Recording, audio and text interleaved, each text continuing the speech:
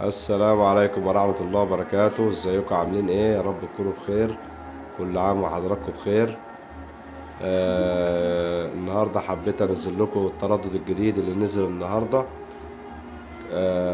قناة او اس ام سينما. زي ما انتم شايفين كده حضراتكم، التردد 10815 افقي على معدل ترميز 27500. طبعا دي القناة شغالة قدامكم اهي، اسمها او اس ام سينما. والقناة التانية قناة اسمها سطلانة أفلام. اهي سطلانة أفلام. قناتين كويسين جدا وبيجيبوا أفلام كويسة لسه نازلين. اللي حابب ينزل القنوات دي الطريقة سهلة وبسيطة. لو عنده رسيفر كويو ماكس هيتك معاه منيو من الريموت. بعد كده هيتك بعد منيو هيخش على حاجة اسمها التركيب.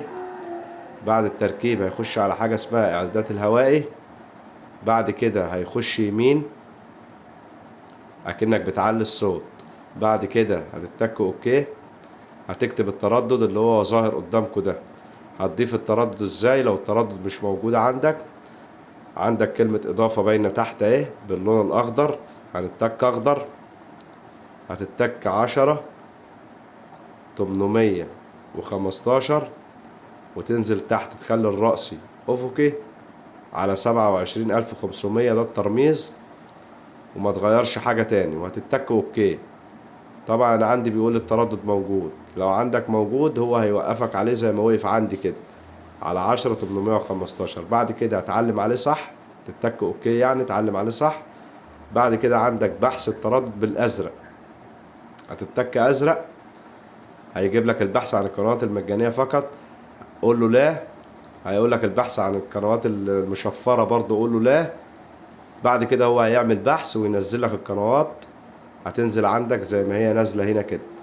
طبعا هتنزل عندك بالانجليزي مش عربي. هتلاقيها مكتوبة او اس ام سينما. وقناة سطلانة افلام هتنزل باسم اكشن. تمام. وفي كمان قناة تركي هجيبها لكم برضو على نفس التردد. هما الثلاث قنوات دول اللي لسه نازلين النهاردة. اشوفها لكم فين، انا لسه حاططها دلوقتي ناقلها.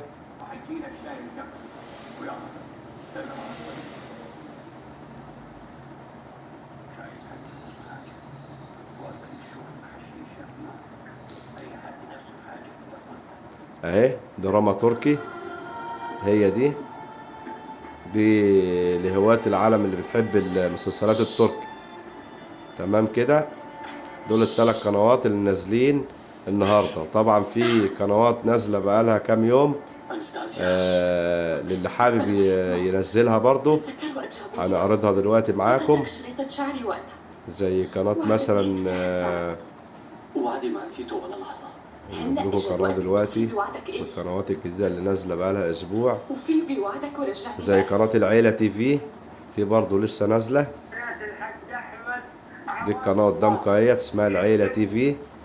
هتلاقي التردد بتاعها 12562 عمودي او في على 27500. برضو لو القناة دي مش عندك هتكتب الترددين الاتنين وتعلم عليهم صح وتعمل بحث. القنوات دي كلها هتنزل لك.